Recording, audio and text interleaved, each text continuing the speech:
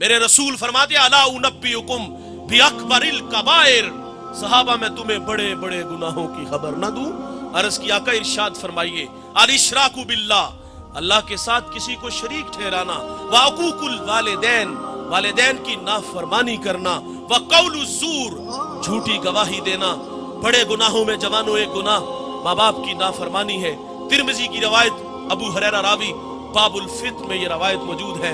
मेरे नबी फरमाते जब मेरी उम्मत में 15 बुरी खसलतें आ जाएंगी, रीहन हमराउ, उम्मत इंतजार करे सुरख आंधियों का, व ज़लज़लातिन, ज़लज़लों का, इन्हें जमीन में तनसा दिया जाएगा और आसमान से भी ताबड़तोड़ हमले होंगे।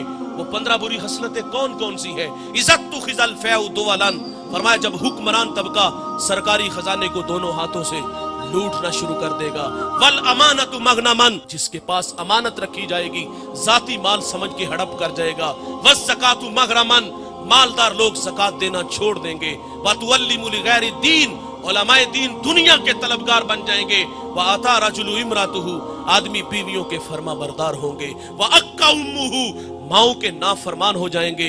व अदना सदीकहु, दोस्त के साथ हुस्ने सुलूक से पेश आएंगे। व अक्सा अबाहु, बाप के साथ बदसलूकी करेंगे। व शुरिबतिल खुमूर, शराबे आम होगी। इस उम्मत का अव्वल आखिर पे लान तान करेगा। फिर क्या होगा? सुरख आंधियां चलेंगी। फिर क्या होगा? ज़लज़ले आएंगे। फिर क्या होगा? इन्हें जमीन में तनसा दिया जाएगा। फिर क्या होगा? आसमान से जालाबारी होगी। कब जवानों? जब माँ बाप दुखी हो जाएंगे। कब जवानों? जब माँ बाप औलाद के रवैयों से नाला हो जाएंगे। फिर रहमते खुदा बंदी रूठ जाएगी और उसके जुज़वी अजाब का इजहार आपने चंद अय्याम पहले एक कश्मीर में झटका, और वो झटका यहाँ भी लगा था। वहां झटके ने थोड़ा सा जोर पकड़ा, सुहाग उजड़े, बच्चे यतीम हुए, अरमान कुचले। एक झटका 2005 में लगा था, मानसेरा से जिला बाग तक 1 लाख इंसानों की हड्डियां तोड़ गया था। ये जुज़वी अजाब संभलने का मौका देते हैं। ओ माँ बाप के नाफरमानो, माँ बाप का दिल दुखाने वालों, माँ बाप की नाफरमानी करने वालों, अगर खुदा की रहमतें रूठ गई, ये कोड़ा अजाब का पहाड़ों में चला तो तोड़ के रख दिया। ये अजाब का जो कोड़ा अगर पंजाब में बरसा, ये दौड़ती गाड़ियां, ये फलक बोस इमारतें, ये बंगले, ये प्लाजे, एक ही झटके में वो खाक में मिला देगा। साहिब, माँ बाप की नाफरमानी इतना बड़ा गुनाह है कि खुदा की रहमत रूठ जाती है, उन्हें जमीन में खींच के ले जाएगा। मेरे रसूल से एक सहाबी ने पूछा, बंदा नवाज कयामत कब आएगी? कोई निशानी इरशाद फरमाए। तो आका फरमाते जब माएं जलील हो जाएंगी। और ये घर घर की कहानी है। मुझे एक खातून मिली, उतरा हुआ चेहरा देखा, मैंने कहा बहन खैरियत? फूट फूट के रोने लगे। कुछ आंसू थमे तो मैंने कहा बताएंगे कुछ? तो मुझे कह दिया आज बेटे ने मुंह पे थप्पड़ मारा है।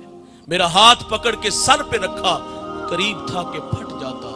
फरमाया जब औलाद नालायक हो जाएगी तो खुदा नाराज हो जाएगा। मैंने ये बातें की तो इसने मेरी बातें सोशल मीडिया पे सुन ली। मेरी दोबारा मुलाकात हुई, मैंने फिर उतरा हुआ चेहरा देखा। मैंने कहा बहन उस जालिम ने फिर मारा?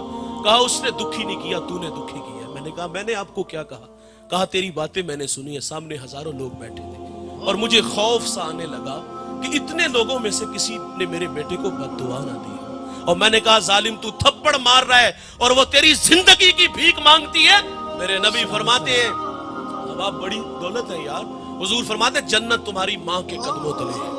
और फिर अमलन रसूलुल्लाह ने हमें करके भी दिखाया। आप मुसल्ला इमामत पे खड़े हैं, ताहत नजर असहाब है। ये मक्की दौर नहीं, ये मदनी दौर है। यहाँ आदाब की आयतें उतर चुकी है। यहाँ सहाबा कितार अंदर कितार खड़े हैं। हुजूर मुसल्ले पे खड़े हैं और हुजूर को बिछड़ी माँ याद आ गई और हुजूर की आंखों में आंसू आ गए।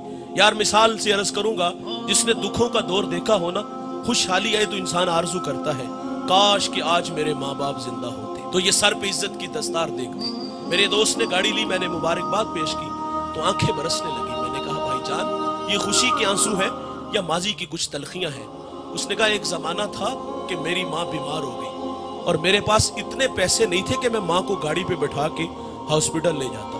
वो कहता माँ को गधा गाड़ी पे बिठाया और माँ रास्ते में ही जिंदगी की बाजी हार गई। वो कहता आज सब कुछ है, माँ नहीं है। मैं 1900 शाहिद भाई भी आगे बात करें, मैं 1997 में किबला रजा साकिब मुस्तफा साहब के पास दीन सीखने गया। جب میری انگلی حضرت کے ہاتھوں میں ہاتھ دی تو مجھے فرماتی بیٹے میری آرزو ہے کہ جس طرح یہ اللہ رسول کی باتیں لوگوں کو سناتے ہیں تو بھی ان راہوں کا مسافر بنے. یہ خواب تھا ان کا. 2 سال بعد وہ اللہ کے پاس چلے گئے. ہم راضی بھر رضا ہیں, جو بھی آیا ہے اس نے جانا ہے, لیکن جانے والے یاد بڑا آتے ہیں. وہ کیا کسی نے کہا تھا, مرنے والے یہ بات کیا جانے, جینے والوں پہ کیا گزرتی ہے. اپنوں کے بغیر زندگی بڑی ادھوری ہوتی ہے, اور بالخصوص یہ جو ماں باپ ہوتے ہیں بہت بڑی دولت ہے. یہ خواب دیکھا, میں نے دوڑ لگا دی.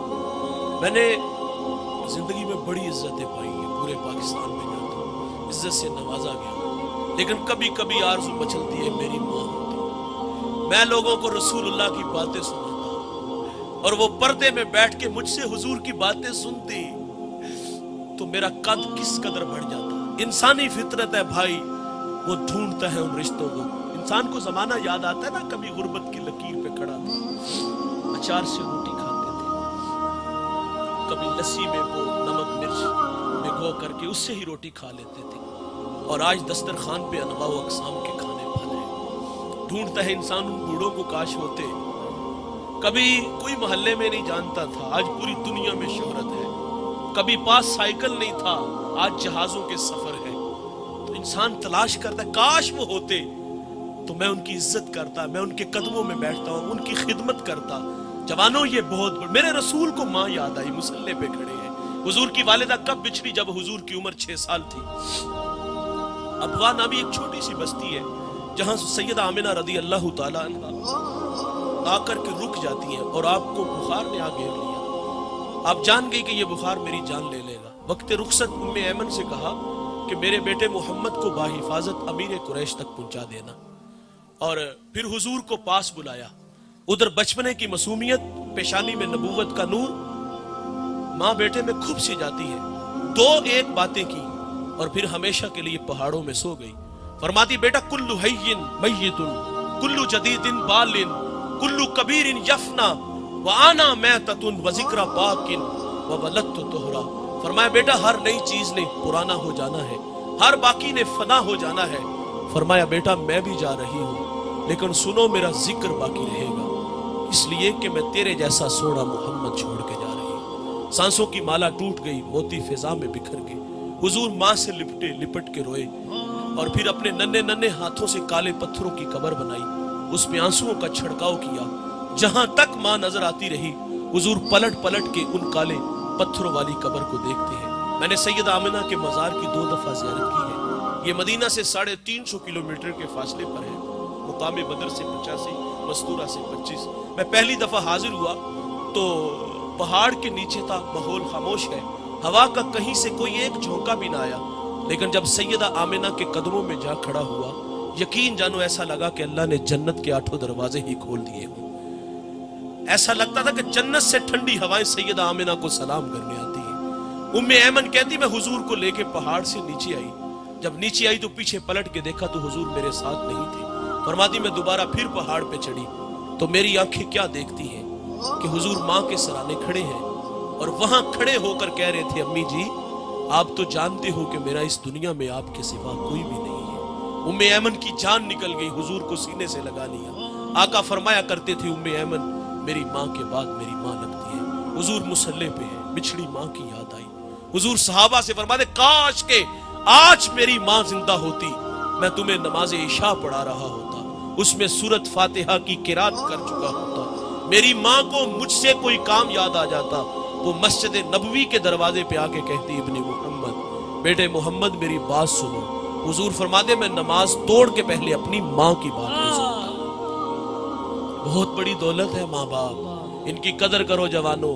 یہ ایک بار آتے ہیں دوبارہ نہیں آئیں گے. میرا کہنا ہے یار مانا تم شادی کے بعد بہت مصروف ہو گئے, بچے ہیں, گھر والے ہیں, کاروبار ہے, یار کم از کم 1 گھنٹہ تو اپنے ماں باپ کے لیے مختص رکھو. آپ 1 گھنٹہ ماں باپ کو دو, ان کے پاؤں دباؤ, ان کے ساتھ گپ شپ لگاؤ, ان سے دل کی بات کرو, ان سے مشورہ لو, ان کے لیے تحائف لایا کرو, ان کے لیے پھول لایا کرو, ان کے لیے کپڑے لایا کرو, انہیں باہر سے کھانا کھلانے لے جایا کرو, کبھی کبھی پرانے دوستوں سے ملانے لے جایا کرو. یہ بوڑھے نہیں مریں گے اگر آپ توجہ دو گے. یہ بوڑھے مرتے اس وقت ہے جب اولاد توجہ नहीं देती। आप आज से ही अपने माँ बाप को वक्त देना शुरू कर दो तो ये बूढ़े नहीं मरेंगे। हमें गलती लगी, हम समझते ये शायद कि हम जो महाना या हफ्ते बाद 500,000 रुपया देते इसलिए हमारी राहों में बैठे होते हैं, और धोखा लगा है हमें। इन्होंने जिंदगी में बड़ा पैसा कमाया होता है और वो सारा पैसा आप भी खर्च किया होता है। ये आपके पैसों के भूखे नहीं होते जवानों, ये आपकी तवज्जो के भूखे होते हैं। आप माँ बाप के कदमों में बैठा करो, इनके कदमों में बैठ के यकीन जानो 10 मिनट गुजार के देखो, आप ऐसा लगेगा फिजाओं में हम उड़ रहे हैं। इज्जत चाहते हो तो इनके कदमों में रहो। एक दो बात गुफ्तगू समेट लेता हूँ, बड़ी अहम और बड़ी जरूरी बातें हैं। देखिए, वालिदैन चले जाएं तो इंसान आरजू करता है काश वो होते तो खिदमत करते। अभी मैंने इतनी बातें सुनाई, और आरजू मछली जिनके माँ बाप नहीं है, काश के होते तो हम खिदमत करते। किसी ने वासिफ अली वासिफ से कहा कि माँ बाप अगर ना हो तो बंदा उनके साथ हुस्ने सुलूक करना चाहे तो कोई अमल वजीफा है, बहुत बड़ा वजीफा है, अपने साथ ले जाइएगा, अपनी जिंदगी में इसको जगह दीजिएगा। वासिफ अली वासिफ कहते माँ बाप ना हो तो पूछे जो वो अपनी औलाद छोड़ जाते हैं तो फरमाए उनके साथ हुस्ने सुलूक किया करो। देखिए, इस मजमे में कुछ भाई अमीर होंगे, कुछ भाई गरीब होंगे। कितना ही अच्छा है कि अमीर भाई अपने गरीब भाई की कफालत ले ले, लेकिन हमारे यहाँ ऐसा नहीं होता। अमीर भाई के दस्तरखान पे अनवाउ अकसाम के खाने फल होते हैं, बाकी बच जाने वाले कुत्तों के आगे डाल दिए जाते हैं, रूढ़ी पे फेंक दिए जाते हैं। और दीवार के मुत्तसिल भाई का घर है, उसके घर में फाके हैं, बच्चे रोते हैं, बिलखते हैं, भाई को परवाह नहीं होती। मैं उस शख्स को जानता हूं जो 5 फैक्ट्रियों का मालिक है, उसी फैक्ट्री में उसका भाई मुलाजिम है, भतीजे भी गालियां दे लेते। कितना ही अच्छा था कि 10-20 लाख रुपया भाई को लगा के कारोबार दे देता ताकि वो भी इज्जत की रोटी कमाता। लेकिन हमारी आरजू होती कि ये सारी जिंदगी हमारा मोहताज रहे। और कितना ही अच्छा है इस मजमे में अगर कोई भाई अमीर है तो वो अपनी गरीब बहन की कफालत ले ले। ऐसा भी नहीं होता। गरीब बहन तो भाई से रिश्ता लेने आ जाए ना तो भाई के तेवर देखने वाले होते हैं। कहना तुझे जुर्रत कैसे हुई है, तू अपनी औकात तो देख, तू मेरी बेटी को 2 वक्त का खाना भी नहीं दे सकती और राज़िक तू है। हमारा कहना है बहनें वली बना देती है। ये अच्छी लगती नहीं, लेकिन ये भाइयों के हक में अच्छी बड़ी होती है। माँ बाप ना हो तो बहनों के हाथ भाइयों के लिए हमेशा उठे रहते हैं, और बहनें माँ का रूप होती हैं। यार, इनसे राब्ते में रहा करो। लेकिन ये हमारे घरों में 6-6 महीने भी ना आए तो हमें कभी इनकी याद ही नहीं आई। ये तो बेचारी माँ बाप के बाद अगर छुट्टियों में भाई के पास रहने आ जाए ना तो 2 दिन बाद वो वापस घर चली जाती। भाई के तेवर ही ऐसे होते हैं। कैसे भाई हो यार, तुम्हें बचपन का जमाना भूल गया? तुम्हारी जिंदगी की भीख मांगती थी, तुम्हारी भलाई लेती थी, आज तुझे बहन की याद ही नहीं आती। लोग हमसे मसला पूछते, मौलवी साहब बहन तोहफा दे तो ले लेना चाहिए। तोहफा क्या मांगते हो? जमीन मांगते हो? बहन देगी तुम्हें जमीन।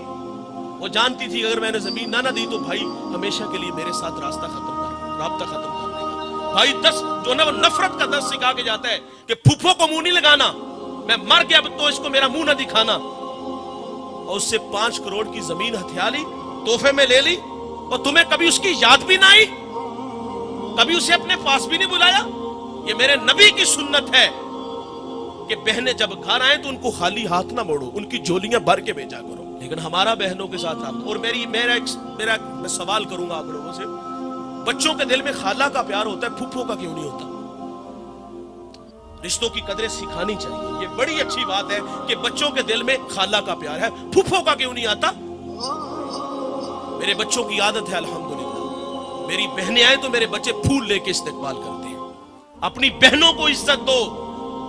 और एक बात याद रखिएगा, जिस घर में बहन बेटी खुश नहीं रोती हुई घर से जाएगी, उस घर में रहमत के फरिश्ते नहीं आएंगे।